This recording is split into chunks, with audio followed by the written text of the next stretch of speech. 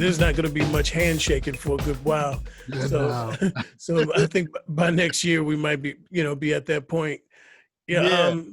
So, I mean, now that you're there, I mean, once have, made your new mark, moving to a different place, and, I think finally really finding your feet and all these different things. What's one of the things that keeps you driving?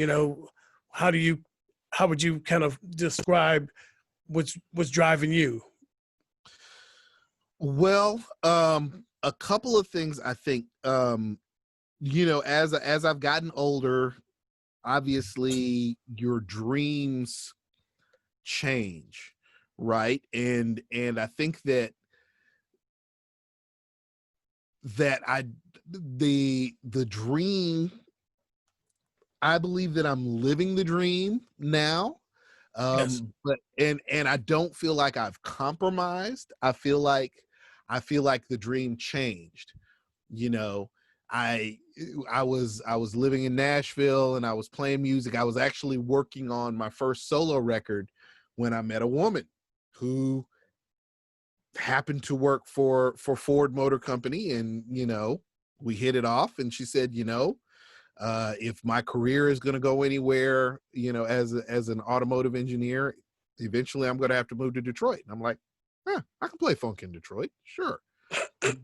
And there's something that wasn't expected was I'm going to stop what I'm doing here in Nashville, and I'm going to go build something else with this person, not too unlike you. I'm going to uproot everything, and I'm going to go and I'm going to build something in another city, Yep. in another state, with this person, and I'm still going to play music. I'm still going to do what I do. And I think, I was going back and forth between Nashville and Detroit for a long time finishing the record. So it took a long time to finish the record. But that was, that ended up being a cool thing. And I think that moving forward, the reason for doing it, the drive has never been about whatever people talk about as making it. Yeah. I think we define, I think I have changed my definition of making it over the years, but making it has never been the goal. You know what I mean? Yes. Making was always something that was just kind of out there, that was like, yes, it would be cool if this happens, or all of that. But the goal has always been to write good songs, to play innovative music. I've always wanted to do new things, to try something different. I don't want to sound like that guy over there or that girl over there that's doing this. I always want to do something that's unique and different, and you hear it. And I've always wanted to dabble with different styles and genres of music, because I listen to and love different styles and genres of music. And so it's about growing as a musician and growing as a human being, and being able to say, to talk about what's going on in the world, to talk about what's going on in my life, and all of those things. I think it's about being an artist, and it's about expression, and all of those things. So as far as creating music, the drive has been about being a creator, and about just doing what I do, and working to get better. I'm also doing a lot more producing of other people, and over the years, especially after my kids were born, you met the twins earlier. Yeah.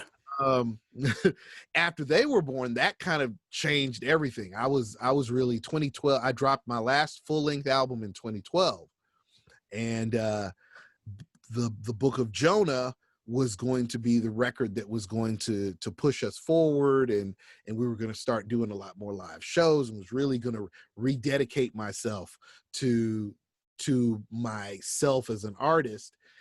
And so we had the release party for that record in October of 2012, and the twins are born in May of 2013. And so then I'm like, oh, I got to be a dad. So that means now I've got to start paying the bills. Let's start producing other people. Let's start doing more engineering. Let's start doing more of these things. And I started doing those things and building my chops there, even more so. Yeah.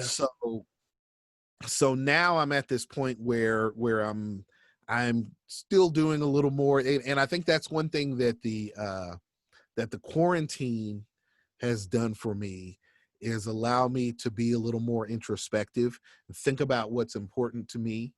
Yeah. And I think this is true of a lot of us, that as you've had time to sit in the house and there's a lot less going on, you have time to think about, what is it that what do I want to be when I grow up, Yep. And I think that I've had those same thoughts just like everybody else has, and I feel like I do want to work a little more on my own thing. I still want to express and be a creator, and at the same time still work with people that I really enjoy, and help them to fulfill their vision for their records. So I've just got to get that balance right, and so yeah. So what drives me is, I think, the same thing that's always driven me is just making good music, and that Cool. feeling that you get when you hear that Simone White beat, and you're like, that's why I do it, so I can just do this, Your And drummer there, your girl there is smashing. Lauren Johnson is a beast. Oh, She is. I've watched her. You think I don't? I've Oh, stolen from her. no. I steal from everywhere. I don't borrow. I'm stealing. No.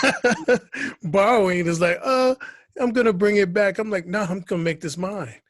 Yeah, Lauren is fantastic, and great drummer, great attitude, great, just cool people. Just love being around her, and love playing with her.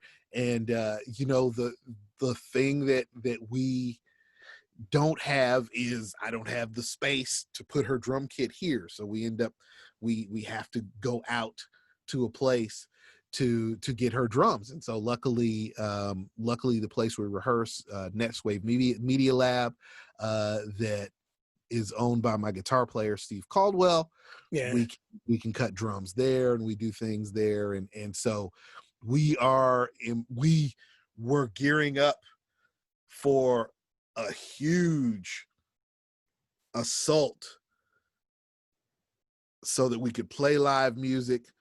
We went in and we recorded a bunch of songs live. We're working on the video, and the coronavirus hits.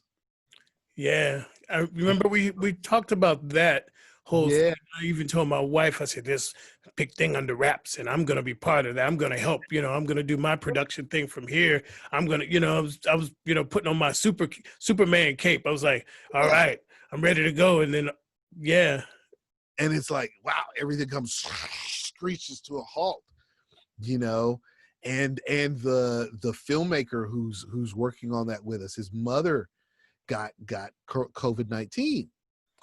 And so he, it threw his whole thing into a tizzy, and she's better now. She's recovered. Cool. She made it.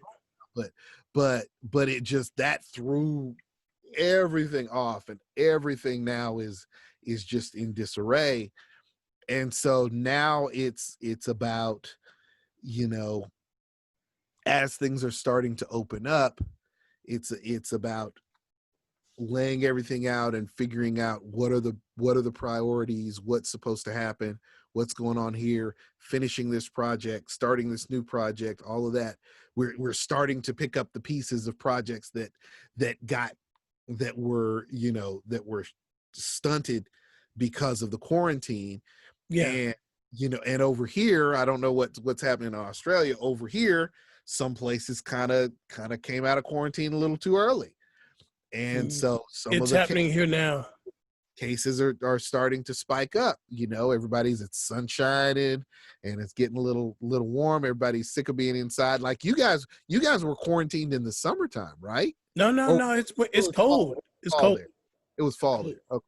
Yeah, So it wasn't so it was so it's wintertime is now the time that everybody comes in and hunkers in. yeah. So now it's. I mean, it was already pretty cold when it first hit. Now it's really cold. Yeah. So everybody should be ready to go back in, but you say cases are spiking anyway, like people just want to get out of People, are a lot of things have been opened up for us. So it. Mhm. a lot of the things have been, so the borders are starting to open up and whatnot, and people, Right. schools are open again, and people shaking hands and being too close, and I'm like, Layla calls me the police. She said, I'm not going up. No, don't shake my hand. Oh, I got sanitizer. I'm like, that's right. That's cool. Just back. Too much. Yeah. People are just starting to, yeah, I'm the Bobo bump. I got the Bobo bump. But, just, and everyone's talking about, oh, let's do more and let's do this and let's go here. And just Mhm. getting to the point where people getting too free. Yeah. Well, see, here, June is summertime and everybody's ready to get out and throw their clothes off And and go to the gather, lake and go to the beach and all of that and barbecue. barbecue and festivals and everybody's out on patios and it's still a little early. Yeah.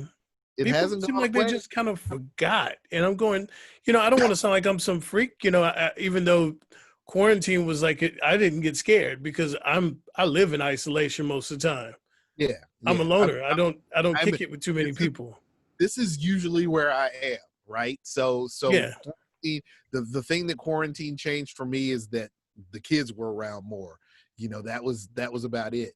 Um, so yeah, I know exactly what you mean, and yeah, so people now are starting to get out and do a little bit. I'm having my first session here on Saturday. Yeah.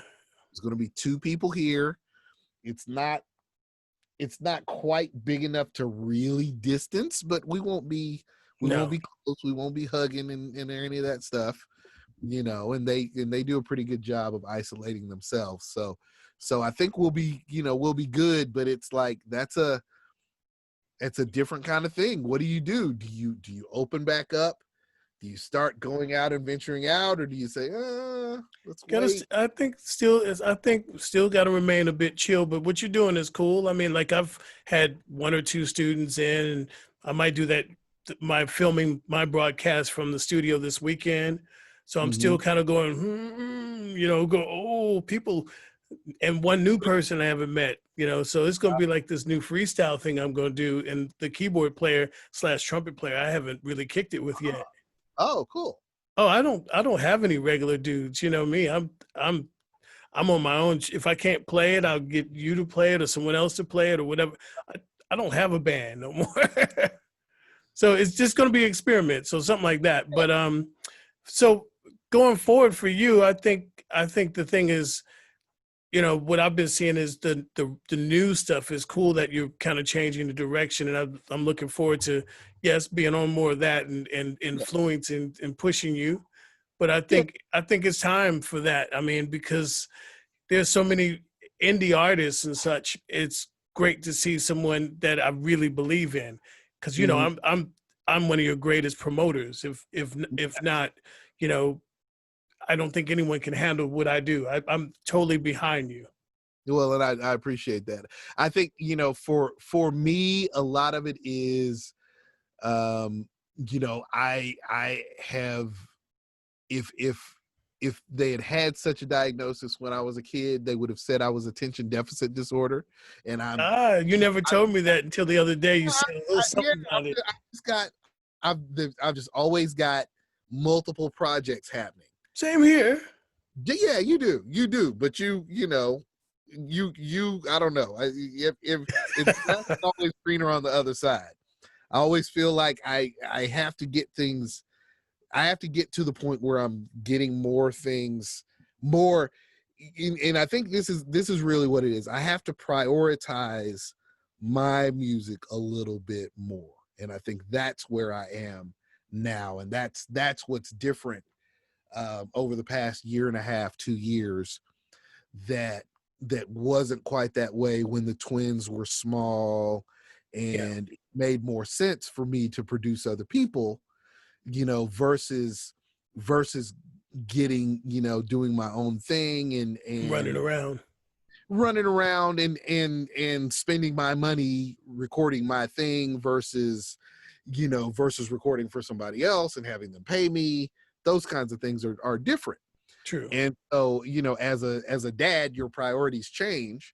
But now that they're a little bit older, I'm like, oh, now maybe I can go out and I can do this a little bit more. And so now I'm prioritizing, my writing a little bit more. I'm prioritizing the recording.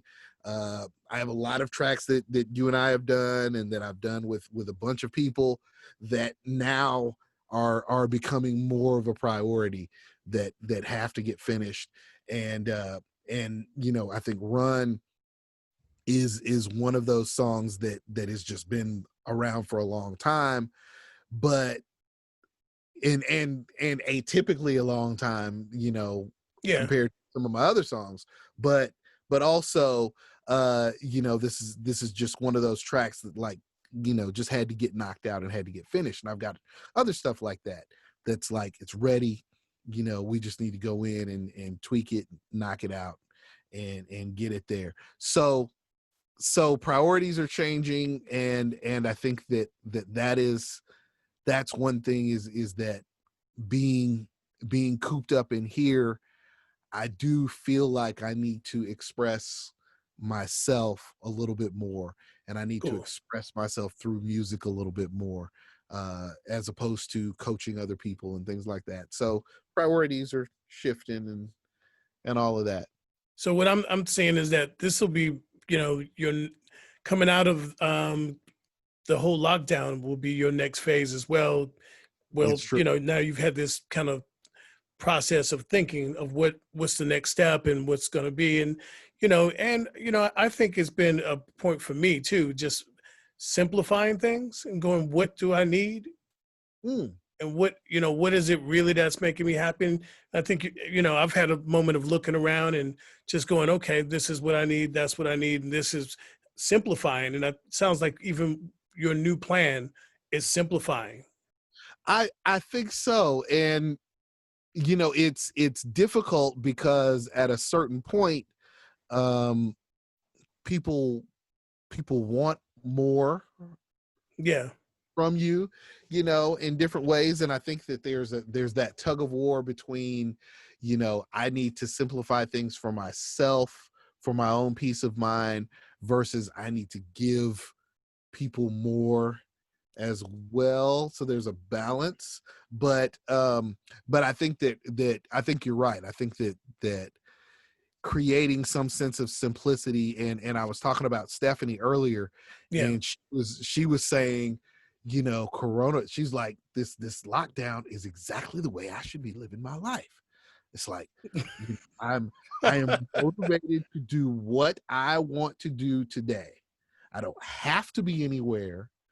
She's got a husband and a kid, so she has responsibility. She's got certain obligations, Yeah. but she's a touring artist who can't tour at the moment. And so she's like, but from a personal standpoint, she's like, I could get up and, she works out, she's doing all her spiritual things, she's studying what she wants to study, she's writing songs, she's like living the life that she wants to live, Yeah. because everything outside has come to a screeching halt.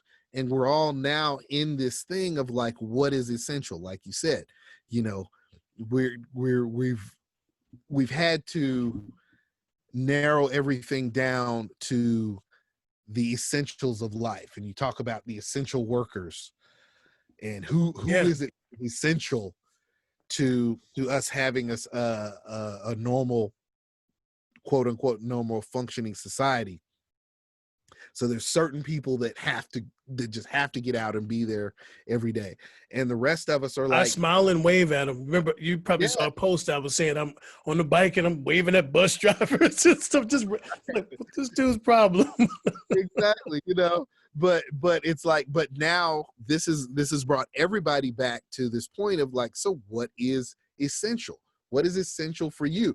If you can't go to the grocery store once a week or 2 or 3 times a week or whatever, and you have to go, every 2 weeks or once a month, what are the things that you have to have? What is the essential? Yeah.